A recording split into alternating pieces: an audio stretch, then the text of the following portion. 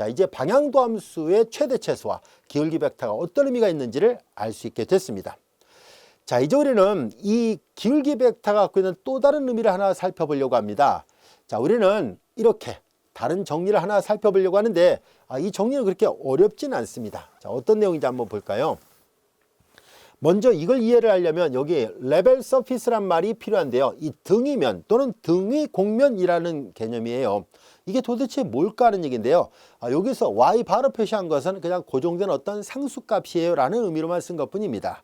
y가 아니라 y 바로 쓴 거는 그냥 상수, 고정된 어떤 상수. 예를 들어서 구체적으로 예를 하나 들어볼게요. 자, 이제 예를 들어서 x1의 제곱 더하기 x2의 제곱 더하기 x3의 제곱 x3의 제곱 이퀄 자, 여기가 a의 제곱 이런 말이에요. 얘가 상수로 나왔다 이 말이에요. 이게 뭔지 알죠? x1, x2, x3를 우리가 xyz로 바꿔서 생각하면 중심의 원점이 있고 반지름이 a가 되는 구면을 나타냅니다. 자, 이런 구면이 바로 여기 등호니까 이 부등식이 들어있지 않아요. 그러니까 마치 뭐냐면은 우리가 그 고무 튜브로 되어 있는 거 있죠. 어린아이들이 갖고 노는 물놀이 할 때 공 튜브 있죠. 공 바람 불어넣으면 내부가 텅텅 비어있는 바로 구의 표면을 생각하면 돼요. 이게 그 말이에요.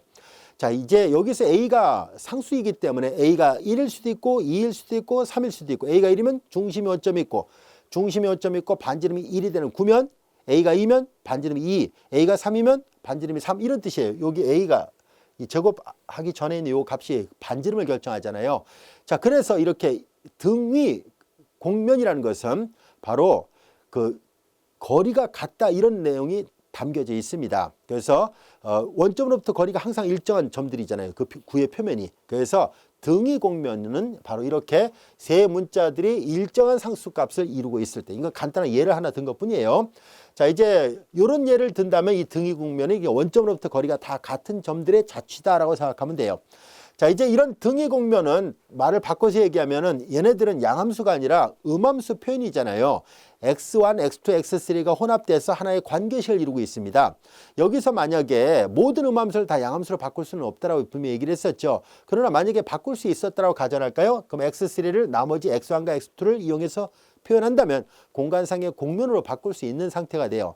만약에 양함수로 바꿀 수 있다면요. 자, 그래서 우리는 이런 등위 공면은 쉽게 말해서 삼변수 함수의 등위 공면은 공간상의 어떤 복잡한 어떤 공면을 나타내고 있습니다. 왜냐하면 양함수로 바꿀 수 있었다라고 가정한다면 독립변수가 두 개가 되니까 공간 공면이구나 라는 것을 알 수 있습니다. 우리가 손으로 일일이 다 공간 공면을 그래프를 그릴 수는 없어요. 우리 컴퓨터 그래프를 이용하면 대략적으로 어떤 공면인지도 알 수 있게 됩니다. 그래서 독립변수가 두 개인 경우에 한해서는 우리가 공간상의 그래프를 확인해 볼 수 있는데요. 이와 같이 음함수 형태로 되어 있는 이 등위 공면을 쉽게 말해서 음함수로 되어 있다는 얘기예요. 이렇게 되어 있을 때는 얘네들은 공간상의 삼변수 함수가 등위 공면을 이루고 있다면 그러면 공간 공면이구나. 그리고 알기 쉽게 이런 걸 그냥 생각하면서 문제를 이해하면 쉽게 이해할 수 있어요. 자, 이런 상태에서 우리는 어떤 조건인지 한번 볼게요. 자, 함수가 연속인 편도함수를 갖고 있어요. 이 f 자체는 x1, x2, x3에서 연속인 편도함수를 갖고 있고 어느 특정한 점에서 이렇게 되는 이걸 만족하는 등위 공면에 있는 이 점은 등위 공면이 한 점인데 대레프는 제로 벡터가 아닙니다라는 얘기예요. 아까 했던 것처럼 이 대레프는 제로가 아니라고 보자는 얘기예요. 이 대레프 그라디언트 벡터는 또한 RT는 공면상에 정의된 미분 가능한 곡선이고 그 다음에 이렇게 T0를 넣으면 이 점의 좌표가 나와요 라는 얘기고요. 그 다음에 이건 내적이 제로가 된다. 이렇게 여기까지가 되면 이건 내적이 제로다. 이게 무슨 말인지 좀 더 살펴보도록 할게요. 자, 조금 전에 살펴봤던 것을 다시 되돌아가서 보겠습니다. 이거요. 이미 앞에서 계산했었죠. 자, 우리는 이제 뭘 할 생각이냐면 방금 전에 등위 공면이라 얘기를 했었으니까 x1, x2, x3는 이퀄 여기가 y바. 이게 쉽게 말해서 이게 상수란 얘기거든요. 자, 그런데 여기에서 x1을 t로 표시할 수 있었잖아요. 자, 이제 여기 보다시피 rt를 여기에서 표시합니다. rt는 앞서 얘기한 것처럼 자, 이렇게 rt를 하나하나 표현한 거예요. 이렇게 x1, x2, x3로. 그러니까 얘네들은 x1t, x2t, x3t를 여기에서 표시하면은 x2t 자, 얘가 RT잖아요. 그 다음에 이제 그대로 대입하고 이것이 어떤 일정한 상수였습니다. 근데 F도 연속인 편도함수가 갖고 있고 이 각각의 RT의 성분함수들도 미분 가능하다라 했었으니까 앞서 설명한 것처럼 여기다가 연쇄 법칙을 적용을 해요. 아까 이거 했었어요. 연쇄 법칙을 적용하니까 FRT를 계산하니까 이게 나왔었잖아요. 바로 델 F 내적 R 프라임입니다. 어느 한 점, 아까 특정한 점을 계산하자 했었죠. 여기 T0. 자, 이렇게 됐습니다. 그런데 잘 보세요. 이 F가 이 좌변인데요.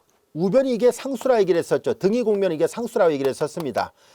근데 이 식이 같으니까 미분하면 당연히 얘를 미분했으니까 얘도 미분해야 되잖아요. 근데 상수 미분하면 얼마예요? 제로죠. 그러니까 잘 보세요. 두 벡터의 내적이 0이라는 것을 알게 됐습니다. 이 말로부터 우리는 델 F R T0와 정확하게는 RT0가 들어있습니다. 두 벡터의 내적이 제로라는 얘기는 수직이란 뜻이에요. 요 기호는 퍼펜디큘러, 수직이란 뜻으로 사용합니다. R 프라임 T0 이렇게 됩니다. 이런 말이 성립한다는 것을 알게 됐습니다. 그래서 여기 써 있는 것처럼 델 F와 R 프라임은 수직일 수밖에 없어요 라는 얘기예요. 이제 이해됐죠? 증명도 아주 간단하게 됐습니다.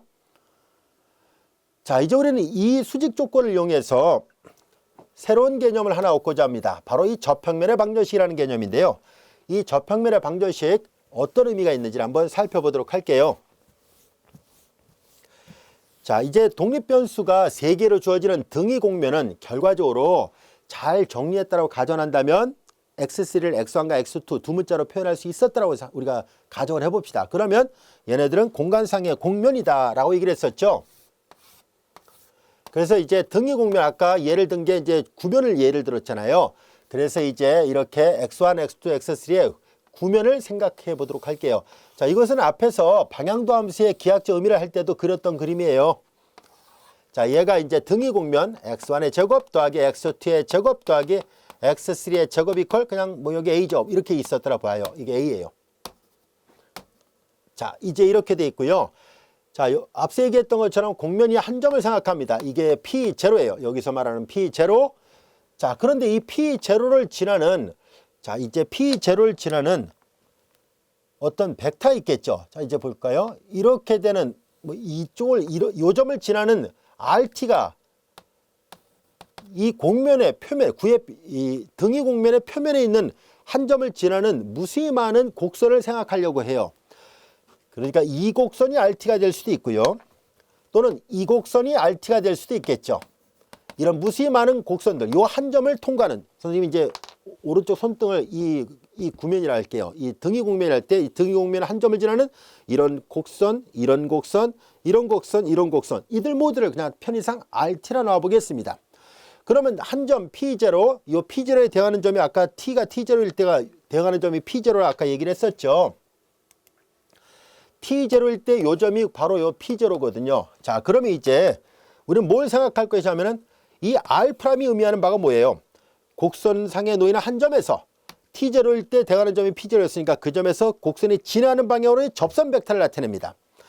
그래서 만약에 이 노란색이 이쪽으로 움직이고 있다면 이쪽 방향의 접선 벡터가 R'이에요. 만약에 이 초록색 벡터가 주어져 있다면 얘가 이렇게 움직인다 볼게요. 그러면 이 점에서 이쪽 방향으로 가는 벡터가 바로 R'T 벡터입니다. 자, 그런데 이 점을 지나는 곡선은 무수히 많다고 얘기를 했었죠. 뭐 엄청 많을 거예요. 그러면 이렇게 되면 각각의 접선 벡터들이 다 이 R'T0예요. 얘하고 얘가 항상 수직이에요 라는 얘기예요. 자, 그럼 볼까요? 그럼 이 한 점, 공면 위에 한 점 P0에서 이쪽 방향을 가든 이쪽 방향을 가든 이 접선 벡터들하고 항상 수직이래요. 그 이 모든 접선 벡터들하고 동시에 수직이니까 이 델 F 벡터를 주황색 분필로 표시한다면 이렇게 돼 있겠죠. 이해할 수 있겠습니까? 이거랑 수직이고 이거랑도 수직이면 이렇게 될 수밖에 없죠. 그런데 잘 볼까요? 얘는 결과적으로 이 한 점에서 접하는 저평면에 수직이 되는 법선 벡터 역할을 하겠구나 하는 것을 알 수 있습니다. 그래서 이 델 F는 바로 얘네들 있죠. 파란색, 빨간색 이들 모두를 품고 있는 하나의 평면을 생각하려고 하는데요.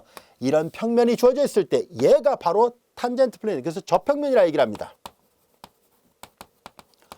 그래서 저평면에 대해서 이 주황색 벡터가 바로 이렇게 데레프 벡터가 수직이에요. 이 파란색 벡터하고도 수직, 빨간색하고도 수직. 이것이 데레프 RT0라는 얘기입니다. 이 그라디언트 벡터가 이제 한 점, 이 등위 곡면 위에 있는 한 점 P0에서 모든 방향으로의 그 점을 지나는 곡면 위에 있는 모든 곡선상의 접선 벡터들하고 모두 수직이니까, 그래서 저평면에 수직이 되는 법선 벡터가 된다는 것을 알게 됐습니다. 자, 그 우리는 앞에서 평면의 방정식 결제하는 걸 이미 배웠습니다. 그럼 다 됐네요. 곡면 위에 한 점 P0를 지나면서 얘가 법선 벡터의 성분이었었으니까, 그래서 자연스럽게 이게 바로 그거잖아요. 데레프의 성분들. 데레프 R 그 다음에 T0일 때 성분이 F1 P0, F2 P0, F3 P0점이잖아요. 지나는 점의 좌표는 아까 했던 것처럼 X1 0, X2 0, X3 0라 표시한다면 여기 P0가 이렇게 표현되어 있다고 했어요. 자, 그래서 이제 법선 벡터가 주어져 있고 지나는 점의 좌표도 있으니까 저평면의 방정식은 당연히 저렇게 표현될 수밖에 없어요. 저평면의 방정식은 이게 법선 벡터의 성분 P0, 그리고 지나는 점의 좌표는 이게 변수가 X1, X2, X3예요. X1 0를 지난다 그랬고요. 두 번째 성분은 F2 P0, X2, 두 번째 변수가 X2였어요. 그리고 F3 P0, X3, 세 번째 변수가 X3였고 X3의 제로 이퀄 제로가 됩니다. 자, 이렇게 돼요. 이 저평면의 방정식도 뒤에 가서 또 설명할 기회가 있을 것 같은데요. 이 저평면은 이제 기하학적으로 이런 의미도 있고, 그 다음에 근사값을 구하려고 할 때 사용합니다. 최적화된 어떤 값을 바로 찾지를 못한다면 근사적인 값을 구하려고 할 때 이 저평면을 활용할 겁니다. 나중에 다시 말할 기회가 있을 거라 생각합니다. 일단 지금은 저평면의 방정식은 이미 앞에서 이거 우리가 선형대수 편에서 저평면의 방정식, 평면의 방정식을 표현하는 방법을 배웠어요. 이퀄 제로입니다. 그래서 이거 기억을 해둘 필요가 있어요. 자, 여기 앞에 법선 벡터의 성분은 바로 그라디언트 벡터인데, 이때 많은 학생들이 오해를 합니다. 아까 선생님 그라디언트는 가장 빠르게 증가하는 방향이라고 얘기했지 않습니까? 방향도 함수가 최대일 때의 방향. 말을 바꿔서 얘기하면 가장 빠르게 증가하는 방향이라고도 표현할 수 있는데요. 앞에서 설명했던 그라디언트는 양함수였을 때요. 아시겠죠? 음함수가 아니에요.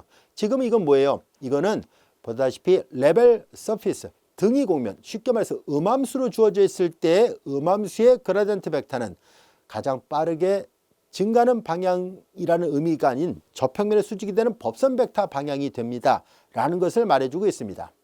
그러다 보니까 많은 학생들이 이상하네, 이럴 때는 가장 빠르다 하고 이럴 때는 저평면에 수직이라고, 뭔가 이상하지 않을까? 이건 말이 이상한데 뭔가 어느 한쪽이 틀린 거 아닌가? 라고 반문하는 학생들이 많은데요. 그렇지 않다는 것을 보이기 위해서 간단하게 이 등위 곡면에 대해서 좀 더 자세하게 설명하도록 하겠습니다. 가볍게 들으세요. 우리 책에는 평면상의 어떤 접선의 수직이다라는 그림이 있는데요. 그걸 좀 더 공간으로 확대하려고 합니다. 자, 예를 들어서 산이 이렇게 있습니다. 어느 등산객이 여기 있습니다. 그리고 이제 이 공간 곡면, 산을 우리가 CD로 이제 우리가 그 3D로 컴퓨터 그래픽으로 이렇게 입체적으로 쭉 만들었다고 가정해 봐요. 그래서 이 곡면을 컴퓨터 그래픽으로 해서 만들었더니만, 자, 이들에 대한 것을 표현할 수 있었더라 봐요. 등고선도 그리고 이런 것도 다 그려서 표현을 했다라고 가정하고요. 자, 여기에서 이제 레벨 커브라는 말의 의미를 다뤄보려고 합니다. 우리는 이제 이렇게 돼 있을 때 레벨 커브, 수평으로 XY 평면으로부터 수평이 되게끔 얘를 절단합니다. 절단하게 되면은 그 절단된 것이, 수평으로 절단된 것을 색깔을 구별해서 쓰겠습니다.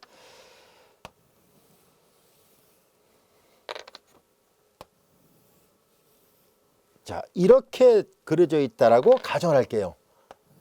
이건 뭘 나타내냐면, 예를 들어서 이게 산이라면, 자, 평균 해수면으로부터 예를 들어서 뭐 100m 높이 간격으로 이렇게 우리가 고도를 수평으로 절단을 해요. 이렇게 될 때 레벨 커브라 얘기를 합니다. 얘는 그냥 면이 아니라 바로 곡선이 나왔기 때문에 레벨 커브라 얘기를 하게 되고요. 자, 이런 것들은 이제 보통 다른 말로 등고선이라고 얘기를 합니다. 고도가 같은 위치에 있는 점들의 집합이란 뜻이에요. 자, 이제 얘네들을 우리가 XY 평면으로 투영을 시키겠습니다. XY 평면으로 투영을 시켜요.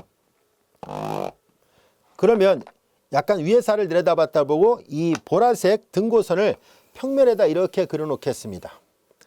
다시 XY 평면에다 투영을 시켰을 때 노란색 등고선을 여기다 이렇게 표현해 보도록 하겠습니다. 다시 그대로 XY 평면에다 투영을 시켰을 때 이 초록색 등고선을 이렇게 표현하고 그 다음에 파란색까지 마저 해볼게요. 그러면 이렇게 돼 있겠죠. 자, 이와 같이 표시가 되는데요. 이거 지웁니다. 자, 앞서 양함수가 주어졌을 때 그라디언트 벡터의 의미는 가장 빠르게 증가하는 방향이라 얘기를 했었죠. 자, 우리 이해를 돕기 위해서 이렇게 입체적인 그림을 그릴 수 있으려면 이건 이변수 함수가 돼야 돼요. 그래야만이 공간상의 어떤 공면인지를 알 수가 있습니다. 만약에 이 산의 그림을 이 컴퓨터 그래픽으로 3D로 쭉 해가지고 어떤 함수 관계를 복잡하긴 하지만 만들었다라고 가정할게요. 자, 이렇게 했을 때 이거 양함수죠. 근데 여기에서 자, 이제 Z가 100m, 이게 100m일 때, Z가 200m일 때, Z가 300m일 때 자른 것이 각각 여기가 Z가 100m일 때, Z가 200m일 때, Z가 300m일 때, Z가 400m일 때마다 이렇게 레벨 커브를 만드는 걸 그대로 투영을 시켰기 때문에 이 보라색은 Z가 100이니까 fxy 이퀄 100 이게 뭐예요? 레벨 커브랍니다. 이제는 변수가 두 개밖에 없으니까 세 개면 레벨 서피스 등위 곡면이라고 얘는 등위 곡선이라 얘기를 합니다. 마찬가지로 이제 여기는 높이가 200인 지점으로 자른 거니까 얘는 fxy 이퀄 200이 됐죠. 여기까지 됐죠? 같은 방법으로 얘는 자, 얘가 바로 음함수라는 얘기를 하고자 한 거예요. 얘가 음함수입니다 라는 얘기예요. 이 바닥에 그려놓은 얘가 음함수 역할을 하게 됩니다. 이 안쪽은 fxy 이퀄 400이 됐습니다. 자, 이제 이 위의 그림은 양함수고요. 이 등고선을 XY 평면에 투영을 시켜서 만든 것. 이 함수의 정역이 놓이는 위치가 XY 평면이잖아요. 그 정역에 해당되는 위의 살을 내려다봤을 때 이 등고선이 이렇게 각각 음함수 형태로 표현이 됩니다라는 얘기예요. 자, 그러면 양함수일 때 그라디언트가 가장 빠르게 증가하는 방향이고 음함수일 때는 저평면의 수직이다라고 얘기를 했었죠. 그 레벨 서피스일 때 저평면의 수직이지만 레벨 커브면 접선의 수직이란 말로 그 말이 한 단계 낮춰져서 왜냐하면 평면이 아니잖아요. 선이 되니까 접선의 수직이란 말이 됩니다. 우리 교재에 보면 저자분들이 그 접선을 그어놓고 수직 벡터를 그려놓은 거를 좀 더 자세하게 설명하려는 것 뿐이에요. 자, 이제 우리는 여기서 잘 볼까요? 아까 등산객 얘기를 했었죠. 자, 우리가 등산을 갔어요. 근데 산 중턱쯤에 서 있어요. 자, 여기서 그냥 산이 단순하게 돼 있다고 볼게요. 등산로가 모든 방향으로 다 있다고 가정할게요. 자, 이 등산객 입장에서 가장 빠르게 산의 정상을 향하고 싶습니다. 가장 빠르게 증가하는 방향을 향하려고 해요.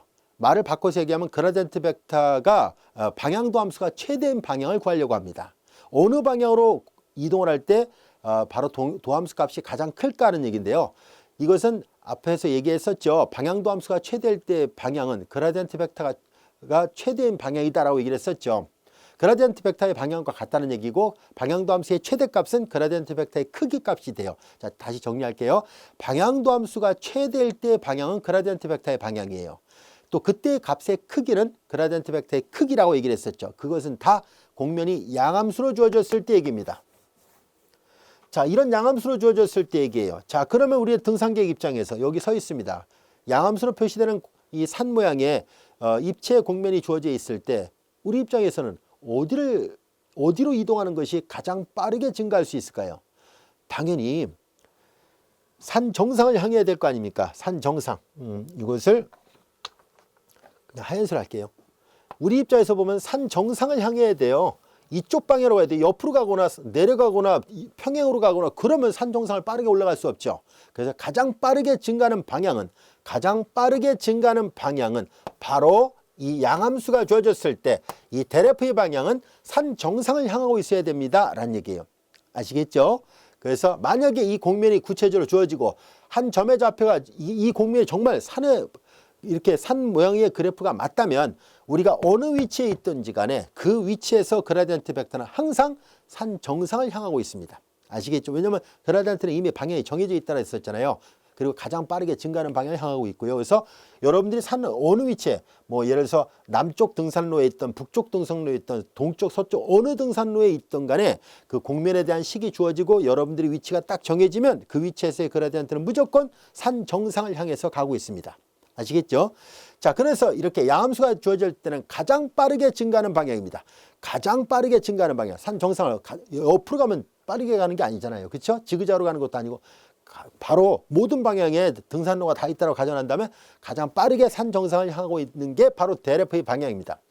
양함수일 때는 가장 빠르게 증가하는 방향이라는 이 델F가 왜 음함수에서는 접선에 수직이 되는 또는 이제 곡면일 때는 저평면에 수직이 되는 방향이라 말을 했을까 하는 얘기입니다. 그것은 이제 이 사람이 서 있는 위치에서 투영을 하겠습니다. 이제 이 사람의 위치를 그대로 이 정역으로 위의 사례로 투영을 시켜요. 그럼 여기 위치에 있죠. 그럼 이 공간상에서 델F가 이렇게 향하고 있는데요. 이렇게 이쪽에 와서 볼게요. 델F가 이쪽을 향하고 있는데 얘를 그대로 투영을 시켜봐요. 그대로 투영을 시키면 어디로 가겠어요? 산 정상이 여기죠. 산 정상이 여기죠. 이 산 정상에서 이렇게 가야 되잖아요. 이해할 수 있겠습니까? 양함수일 때 이 델F가 산 정상을 향하는 것은 이 음함수로 주어져 있을 때는 위의 사를 들여다보면 그게 그림자가 이쪽을 향해야 돼요. 여기가 산의 최고 위치에 있는 점이잖아요. 따라서 이걸 위의 사를 들여다볼까요? 얘를 위의 사를 들여다보면 위의 사를 들여다보면 이렇게 등고선이 있고요. 그 다음에 노란색 등고선이 이렇게 있고요. 그 다음에 초록색 등고선이 있습니다. 그리고 파란색 등고선이 있고 마치 우리가 지도철 보듯이 그럼 보통 지도철 이렇게 돼 있잖아요. 자, 이렇게 돼 있을 때 이건 마치 화라산처럼 그려놨네요. 자, 안전하게 휘하산이라 보겠습니다.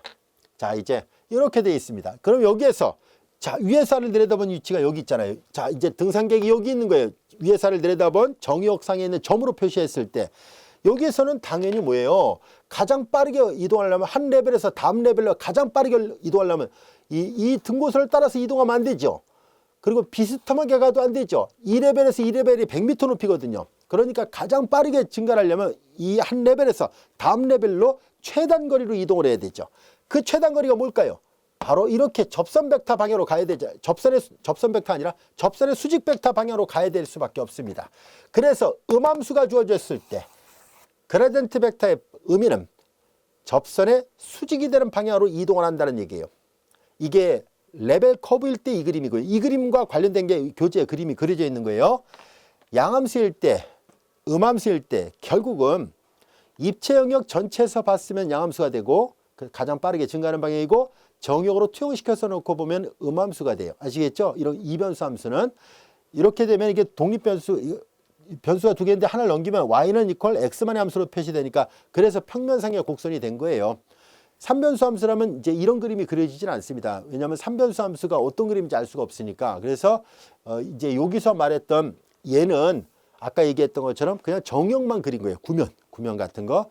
이제 변수를 두 개로 낮춰서 본다면 양함수일 때의 그라디언트 벡터, 음함수일 때의 그라디언트 벡터 어떤 의미인지 충분히 이해할 수 있겠죠.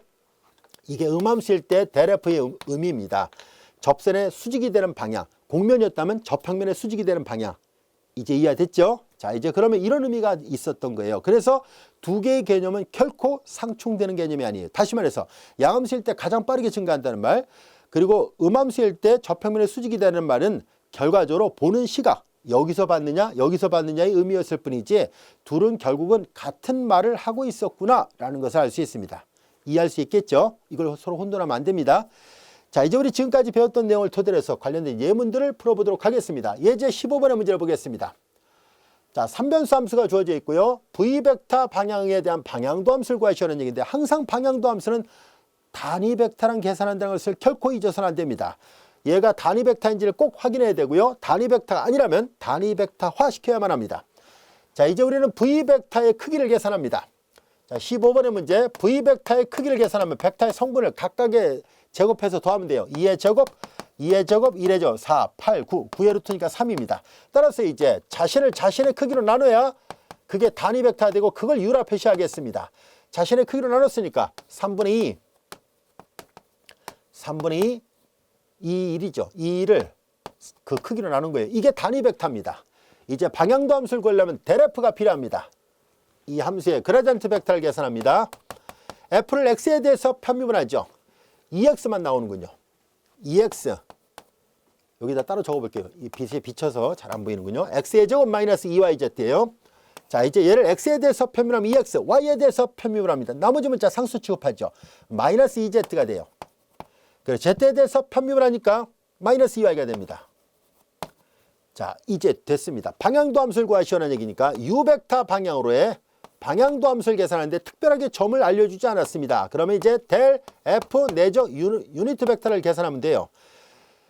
자, 그러면 이제 델 F 내적 유니트 벡터인데 이거에다가 2x 마이너스 2z 마이너스 2y에다가 그 다음에 내적 3분의 2를 계산하라는 얘기예요. 자, 둘씩 곱해서 더하면 돼요. 여기 잘 보면 2가 다 공통으로 있군요. 그럼 3분의 4를 묶어내면 되겠네요. 3분의 4 x 그 다음에 마이너스 z 그리고 여기는 3분의 여기에 1이 있군요. 그러면 3분의 2밖에 나오지 못하겠군요. 정정합니다. 자, 3분의 2 그럼 여기는 2x가 되고 마이너스 2z가 되고요. 그 다음에 2가 나왔으니까 마이너스와 이렇게 되겠군요. 자, 그래서 다 계산하니까 요엠은 그냥 특별한 점이 없었죠. 그냥 방향만 알려줬고 점은 알려주지 않았으니까 이렇게 3분의 2 그리고 뭐 정리하면 3분의 4x 이렇게 써도 돼요. 그냥 3분의 4x 마이너스 3분의 4z 그리고 마이너스 3분의 2y 이렇게 표시해도 무방합니다. 자, 이제 이렇게 해서 됐고요. 알파벳 순서대로 쓸 거 그랬나요? 그냥 이렇게 놔둡시다. 이거 나온 대로. 자, 이제 여기에서 한 점에서의 V벡터 방향으로 얼마만큼 증가하나요? 라고 물어봤으니까 이제 점을 알려줬잖아요. 방향도 함수의 값을 구하라는 얘기예요. 문제에서 1, 2, 3을 계산하라는 얘기예요. 1, 2, 3입니다. 요 점을 대입하라는 얘기예요. 방금 전에 계산했던 식에다가 자, x-1 이게 z예요. 마이너스 6, y가 2예요. 자, 이거 계산하니까 마이너스 약분은 마이너스 4네요. 마이너스는 뭘 나타내냐면은 내려가고 있다는 거예요. 아시겠죠? 그러니까 U벡터 방향하고 비교했을 때 4만큼은 감소했다. 이게 증가가 아니라 감소했습니다. 라는 것을 알 수 있습니다. 충분히 이해할 수 있죠? 어렵지 않습니다. 델 F 내적 유니트 벡터를 구하기만 하면 방향도 함수 구하는 것은 쉽게 계산이 가능합니다. 자, 이번에는 저평면의 방정식, 아까 저평면 구하는 방법을 설명했었잖아요. 보다시피 레벨 서피스로 되어 있습니다. 음함수 형태로 되어 있어요. 이퀄 제로꼴이잖아요. 여기 40을 넘기면은 타원면이 되겠군요. X좌표의 개수, Y좌표의 개수, Z좌표의 개수가 같지 않으니까 타원면입니다. 럭비공 같은 모양이라 생각하면 돼요. 자, 이제 평면에 접하는 평면의 방정식을 구하시라는 얘기니까 자, 이제 우리는 이 함수를 그냥 편의상 F라 놓겠습니다. 2x의 제곱 플러스 4y의 제곱 플러스 z의 제곱 마이너스 45. 아까 책에 있는 것처럼 소문자 F라 쓸까요? 자, 이제 델 F를 구합니다. 델 F는 얘네들을 x에 대해서 편미분하니까 4x 8y 2z예요.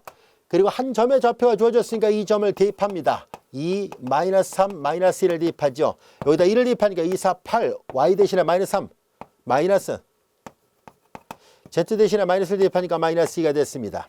이게 전부 다 2의 배수군요. 4, 마이너스 12, 마이너스 1입니다. 자, 이제 우리는 이걸로 선택할 거예요. 왜 그러냐면 평면의 방정식 이퀄 제로거든요. 앞에 배수는 다 약분해버리면 되니까 간단하게 쓰려고 합니다.